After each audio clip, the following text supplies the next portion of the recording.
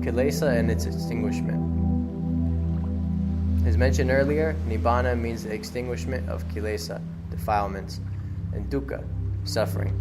In this section, more details will be presented in terms of Kilesa and its extinguishment for the purpose of attaining Nibbana. Since every human being is tainted by Kilesa, more needs to be said about human beings. Human beings and their makeup. Human beings are made up of two major components, namely body and mind, the human body. The male and female human body and everything inside it is made up of four primary elements, which include earth, water, fire, and wind. The human body cannot happen by itself. It requires the help of its father and mother. The human body must be delivered from its mother's womb, and it requires the four primary elements existing outside it in the forms of food, water, wind, sunshine to nourish it, grow it, and sustain it. The human body in its original state is lifeless. It is neither good nor bad. It is only when good or bad deeds are said and done as dictated by its mind that good or bad karma occurs. The human body is made up of elements which are tainted or impure. It is the source of disease from the time it is in the mother's womb. No amount of care and protection can keep it from dying in the end. After the human body dies, it is buried or cremated, and its four primary elements return to their sources. Earth returns to earth, water returns to water, fire returns to fire, and wind returns to wind. All the diseases of the body also die with it. The human mind. The human mind is a refined element dwelling inside the human body since its birth. It gives life to the human body, which is made up of the four primary elements. Since the element which makes up the human mind is refined, it is invisible to the human eyes. It cannot be touched. It can only be seen with the Dhammakaya eye. The element which makes up the human mind is cognizant. It is the human mind which allows one to know different things. The human mind enables one to know the Dhamma. It enables one to learn how to read and write. It enables one to know who one's friend is, what is wholesome and what is unwholesome, what is happiness and what is unhappiness, the cause and effect of things, etc. The human mind works with the human body's five sense faculties, namely eyes, ears, nose, tongue, and body. It enables one to see with one's eyes, to hear with one's ears, to smell with one's nose, to taste with one's tongue, and to touch with one's body. The human mind in its original state is bright and clear. It enables one to know and see one's surroundings through the five sense faculties clearly and accurately. It commands the body to say and do what is wholesome. But once the human mind is tainted and dominated by Kilesa, defilements, it becomes dark and gloomy. The dark and gloomy mind causes one to know and see one's surroundings fuzzily and accurately. The dark and gloomy mind is abnormal and causes the body to say and do unwholesome things. It turns one into a bad person. What is Kilesa? Kilesa is made up of a refined element which is utterly filthy, utterly foul, and utterly sticky. It possesses enormous destructive power. It destroys the quality of one's mind. It brings about all kinds of tremendous suffering. Being made up of an extremely refined element, it is invisible to the human eyes. However, it can be seen with the Dhammakaya eye. Kilesa adheres tightly to one's mind from birth. Kilesa can be compared to the different diseases expressed in the genes and chromosomes, which are biding their time to attack the human body whenever it becomes weak. Likewise, Kilesa is constantly looking for an opportunity to attack the human mind whenever it is unaware. When one's mind is tainted and dominated by Kilesa, it permeates, coats, and covers one's mind, making it dark, gloomy, and filthy, not unlike a dark cave which is dirty and dangerous, or a person wearing a pair of eyeglasses covered with mud. When tainted and dominated by Kilesa, one's mind loses its quality, which causes one's five sense faculties to see, hear, smell, taste, and touch wrongly and inaccurately. Kilesa causes one's body to think, say, and do what is unwholesome in response to the wrong and inaccurate perception of one's five sense faculties. The ensuing results are all kinds of suffering and trouble. The human mind is thus plagued by Kilesa every second of life from birth to death. When the human body dies, Kilesa and its mind does not die with it, but it works to compel one's refined human body, or astral body, to be reborn in the realm of existence as dictated by his unwholesome deeds and the law of karma. When reborn in the human realm, one is once again forced by the Kilesa in his mind to repeat the same mistakes over and over again, lifetime after lifetime.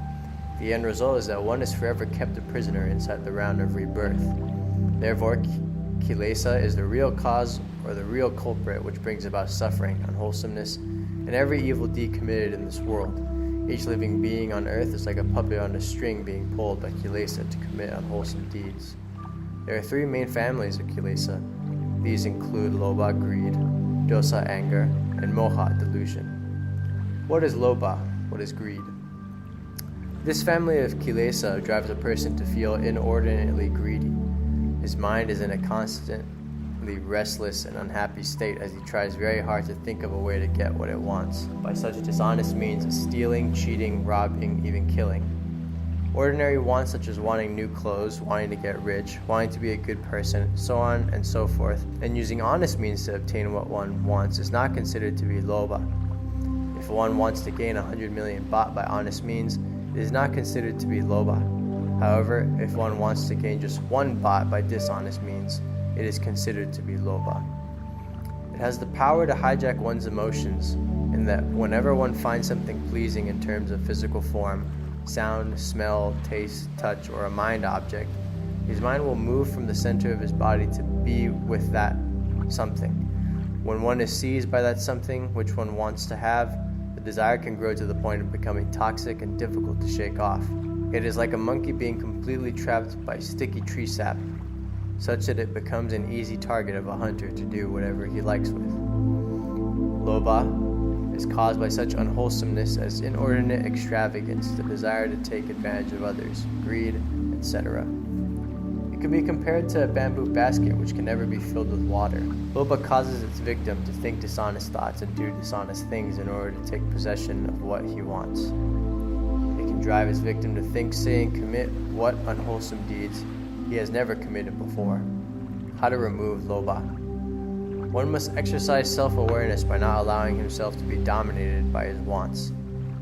He must consider the outcome of one's unwholesome deeds. In other words, one must cultivate hiri, being ashamed of unwholesome deeds, and otapat, being fearful of the ill consequences of an unwholesome deed. One must give alms frequently because almsgiving can counteract loba. What is dosa? This family of Kilesa causes one to be given to feeling angry, frustrated, annoyed, hateful, vengeful. Dosa drives one to want to destroy a thing or a person. One is physically violent against another person, or causes another person to suffer embarrassment or lose face or lose money. Dosa makes one destructive. Unwholesome deeds caused by dosa include shooting birds or killing rats for ravaging one's rice crop. However, hunting and fishing as a sport is caused by moja. Dosa can be compared to a beaten poisonous snake, in that it can rear its ugly head and bite someone again. Dosa causes one to think that one is superior, inferior, or equal to another person. Should someone arouse his anger, he is ready to start a verbal or physical fight, or both, with that someone, and bodily harm or death can ensue. Dosa wreaks havoc for oneself and others. When a person is dominated by dosa, he thinks about destroying everything, including himself. Dosa causes the destruction of one's thought process, the destruction of one's body and mind, the destruction of properties, the commitment of unwholesome deeds. A person dominated by dosa refuses to do anything for anyone and refuses to receive anything from anyone. He is also bent on destroying himself. It can be compared to a bomb planted inside one's mind. Its detonation destroys oneself first, before it destroys everyone and everything around him. How to remove dosa? Anger. One must exercise self-awareness and self-restraint. One must consider the outcome of one's unwholesome deeds. One must prevent himself from being dominated by dosa by keeping the 5 precepts. To fend off dosa, one must regularly spread love and kindness to all beings. What is moja? This family of Kilesa causes one thought process to be fuzzy. Moja means delusion. Moja dulls one's judgment. It makes one gullible to blind reason. A person dominated by moja cannot perceive things that he hears, sees, smells, tastes, and touches for what they really are. He is deluded and perverted because he cannot differentiate between what is wholesome and what is unwholesome, what is beneficial and what is harmful, what is right and what is wrong, what is good and what is bad. A person dominated by moha is given to all forms of self-indulgence in terms of alcohol, sex, gambling, etc. Moha means delusion. Lacking knowledge in different fields such as mathematics, computer science, cooking, dressmaking is not considered to be moha. A person dominated by moha or delusion cannot perceive the reality of the physical form, the sound, smell, taste, and touch of something he comes into contact with. Moha darkens one's mind, clouds one's judgment, and blocks one's reasoning. The person may be well educated, but he is not given to use his knowledge to help him see reality. For example, he thinks of drinking alcohol with his friends as a means to show one's sincerity. He thinks of gambling as a means to grow the economy. A person dominated by moha can become moody, irresponsible, and misguided. He is like a person kept in the dark, where his eyesight does not allow him to see anything clearly. A person dominated by moha lacks yoni somanasikara, or analytical reflection. It can be compared to mental darkness. As a result, a person dominated by moha is given to guessing, taking risk, believing in luck, believing in fate, and committing unwholesome deeds. Moha causes fights, killing, and war. It can drive a person and cause his parents bodily injury or even death. How to remove moha? One must endeavor to learn the Dhamma by listening to and reading the Dhamma so that one can increase one's Suttamaya Panya, the insight gained through listening. One must endeavor to contemplate, test, and research the Dhamma in order to increase one's Chintamaya Panya, the insight gained through thinking. One must endeavor to keep one's mind still and quiet in order to increase one's Bhavanamaya Panya, the insight gained through meditation practice. In summary, it can be said that Kilesa is a Dhatu Dhamma, existing element, which is foul, filthy, dark, unwholesome, and invisible to the human eye. The mind, which is tainted and dominated by Kilesa, causes one to think, say, and commit what is unwholesome. Every physical, verbal, and mental deed committed as a result of Kilesa is unwholesome and gives rise to unwholesome karma, which incurs papa or demerit. Papa is evil energy and works like fertilizer to cause one's Kilesa to grow and flourish. Kilesa is divided into three main families, like three armies, each with its specific evil characteristics. When worked together, much suffering is wrought. The first army, Lobha, causes one to hunger without end for persons and things. The second army, Dosa, it causes one to be destructive. The third army, Moha, it causes one to be irrational, unreasonable, selfish, self-indulgent. Whoever allows his mind to be dominated by Kilesa, such that he thinks, says, and does things as dictated by his Kilesa. Whoever allows his mind to be dominated by Kilesa, such that he thinks, says, and does things as dictated by his Kilesa, will meet with unhappiness whether he is standing, walking, sitting, or lying down. Therefore, whoever wishes for happiness and prosperity must hasten to put his Kilesa at bay, not by washing it away with water, or by burning it, but by accumulating as much punya, merit, as possible. The means of removing Kilesa. Punya, merit. Punya is a very powerful energy because it is the only thing that can kill every form of Kilesa. Therefore, it has the power to counteract the mind, which is dark, gloomy, misguided, and unwholesome. And amazingly, it returns it back to its original pure, bright, and clear state. Punya is a very pure form of energy. Because when present in any amount, it is a source of happiness, prosperity, and wish fulfillment here and now, as well as in future existences. Punya causes one to be blessed with longevity, good health, stamina, beauty, power, material wealth, high birth, etc. Like every form of energy, punya is invisible to the human eyes, but it is visible to the celestial eye, the Dibachaku, and the Dhammakaya eye, the Tammachaku. Importantly, it can be felt. Electricity can be witnessed when a light bulb, hot iron, a fan is turned on, or by feeling one's muscle twitch. Likewise, merit can be witnessed when the merit maker feels happy and cheerful after having made merit. His countenance is bright and clear, and he is motivated to continue performing wholesome deeds, exercising self-restraint, etc. Punya can only be created in the mind of the merit maker himself. Once merit has been earned, it can bear a great many fruits, a few of which can be presented below. Punya is specific to the merit maker. Merit can be created only by earning merit.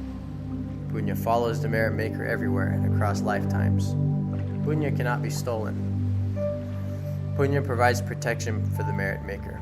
For example, it prevents him from being reborn in the hell realm. Punya can be sent to a great distance across the world, across the galaxy, and even farther. Punya is the source of human wealth, celestial wealth, nibbana wealth.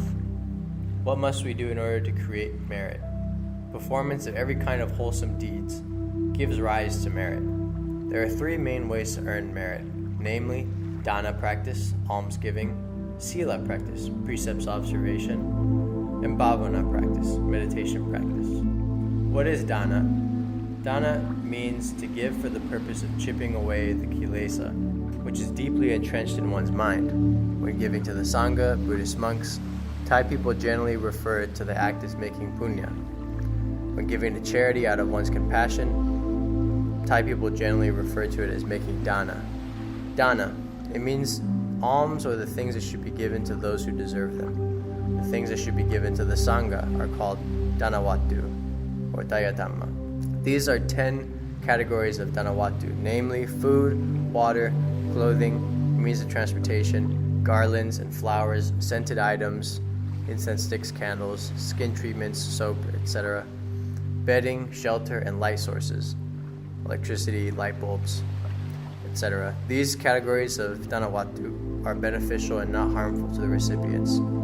Therefore, giving danawatu bears a great many fruits. The giver of dana is called danapati. Dana practice earns the dana giver punya or merit, because when a person is mindful enough to want to exercise generosity by giving away things, his mind returns to the pure nature within himself. The selfless act gives rise to a bright punya sphere right in the center of one's mind.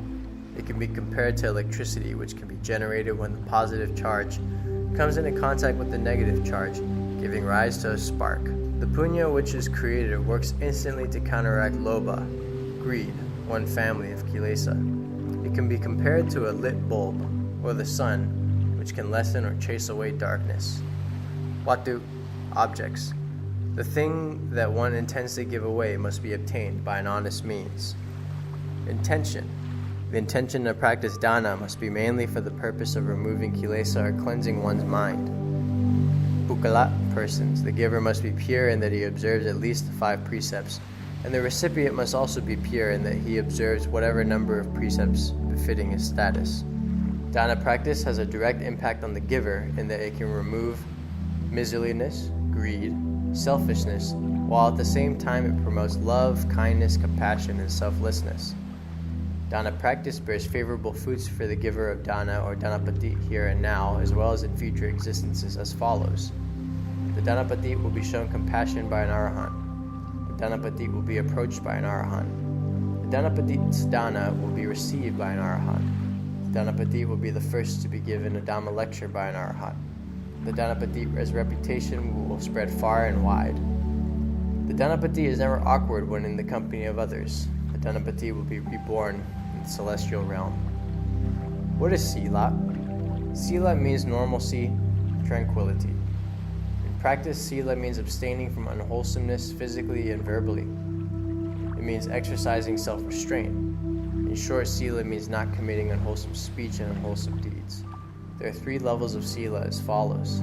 Sila at the basic level, it means the 5 Sila for the lay people, the 5 precepts. Sila at the intermediate level, it means the 8 Sila for the lay people, and the 10 Sila for the novice monks. Sila at the high level, it means the 227 Sila for the male Buddhist monks, and the 311 Sila for the female Buddhist monks. A person earns merit when he practices Sila. Such a person knows to exercise self-restraint because he realizes that nothing outside of him can be more important than his own wholesomeness. He is mindful and knows to control his words and deeds such that they do not become abnormal or unwholesome. His mind returns to the Dhamma, which is the pure nature within him. Sila practice gives rise to a bright punya sphere right in the center of his mind. It can be compared to electricity, which can be generated when the positive charge comes into contact with the negative charge, giving rise to a spark. The punya which is created works instantly to counteract dosa, another family of Kilesa. It can be compared to a lit bulb or a sun which can lessen or chase away darkness. Sila practice makes it possible for human beings to live together normally, that is, in peace and harmony. Sila prevents aggression, violence, killing, and stealing. Sila practice blesses its practitioner with peace. Sila practice keeps human beings in line such that peace and happiness can prevail. Sila practice has a direct impact on this practitioner in that it causes him to be clean, physically and verbally. It removes ill will and violence. It keeps dosa, anger, under control and prevents it from rearing its ugly head. Sila practice bears favorable fruits for its practitioner here and now, as well as in future existences, as follows. Sila practice blesses its practitioner with material wealth.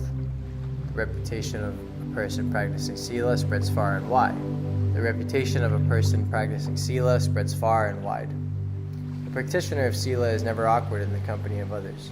The practitioner of Sila will leave this world fully conscious. The practitioner of Sila will be reborn in the celestial realm. What is bhavana? Bhavana means growth, training, making something happen. It means keeping one's mind still so that supernormal insight can be developed through different mental practices such as kamatanda practice, samadhi practice, bhavana practice, citta bhavana practice, etc. In practice, bhavana is divided into two major categories as follows. Samatha bhavana. It means learning to keep one's mind quiet. Samatha bhavana can also be called citta bhavana or samadhi bhavana. Vipassana bhavana. It means cultivating Punya, supernormal insight.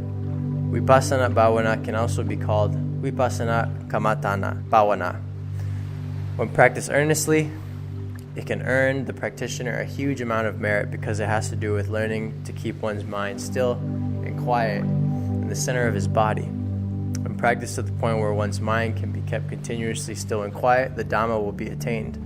It means staying focused on the Dhamma for hours or days at a time. It is like focusing one's mind, which can be compared to the egg yolk, on the Dhamma, which can be compared to the egg white. Dhamma in this context means the pure nature within oneself. When one has learned to keep one's mind continuously still and quiet for hours or days in the center of one's body, as in the samatha bhavana, there will arise one bright punya sphere after another in the center of one's body. In the case of vipassana bhavana, it means the ability to keep one's mind continuously still and quiet for weeks, months, or years as a result of having attained the Dhammakaya. The incomparable amount of punya earned works to quell moja, the worst family of Kilesa, as well as other families of Kilesa, just like the midday sun quelling the darkness on earth. The level of punya earned depends on how long one can keep one's mind completely still and quiet and immersed in the Dhamma. If it is a permanent state, every kind of Kilesa will be extinguished, and the accomplished practitioner will be able to attain Nibbana. Such a practitioner is called an Arahat. It should be obvious to the student by now that bhavana or meditation practice is not confined to the elderly, but it is the work which must be performed by anyone who wishes for Punya, the end of suffering, and lasting peace and happiness. Conclusion. Every form of merit-making, insignificant or significant, is the means by which Kilesa can be resisted, destroyed, and extinguished. Since Papa attacks the human mind with the three armies of Kilesa, the Lord Buddha teaches human beings the three Dhamma armies which have the power to resist, destroy, and extinguish Kilesa. The Dana army serves to destroy Lobha, the Sila army serves to destroy Dosa, and the Bhavana army serves to destroy Moha, and the battle is being fought inside one's mind.